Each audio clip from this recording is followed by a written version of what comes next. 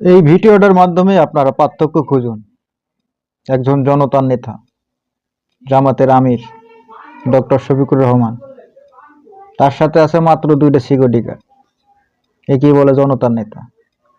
আর নিচে যে ছবিটা দেখতে পাচ্ছেন তারেক জিয়া, দেখছেন তারেক জিয়ার সাথে কতগুলো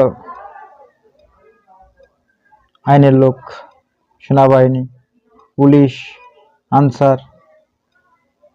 এখানে বোঝা যায় কি আসল জনতার নেতা।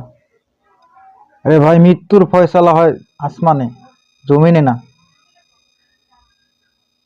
যে জনতার নেতা সে কখনো এত করে সিকিউরিটি নিয়ে ঘুরবে না।